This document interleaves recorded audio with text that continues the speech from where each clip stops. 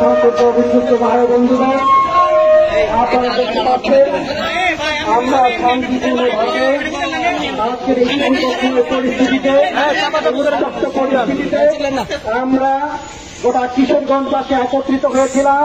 গোটা বাংলাদেশের সাথে একাত্মতা ঘোষণা করে কিশোরগঞ্জের শান্তিকামী শান্তিপ্রিয় মানুষ তারা ছাত্র সমাজের সাথে ঐক্য ঘোষণা করবে। কিন্তু আমরা সরকারের নির্দেশে প্রশাসনকে যে নির্দেশ দেওয়া হয়েছে তাতে করে আজকে মিছিল করার কোনো অনুমতি দেওয়া হয় নাই। আমরা মিছিল করতে পারি, আমাদের হাতে যে জনবল রয়েছে, কিন্তু এই শহরে সংকট তৈরি হবে, সংঘাত তৈরি হবে, এটা আমরা চাই না। শহরকে শান্তিপূর্ণ রাখতে চাই, যে কোনো সংঘাত সংকটের ঊর্ধ্বে রাখতে চাই।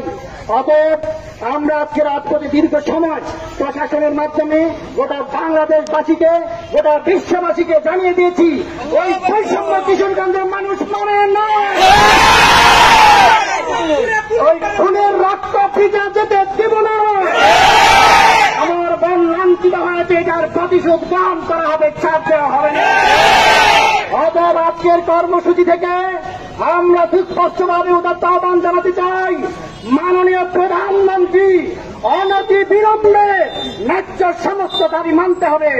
বিশ্ববিদ্যালয়গুলোতে সন্ত্রাস মুক্ত করতে হবে। বিশ্ববিদ্যালয়গুলোতে সাধারণ ছাত্রদের সাধারণ অধিকার পুনঃপ্রতিষ্ঠা করতে হবে। বিশ্ববিদ্যালয়গুলোকে খুলে দিতে হবে।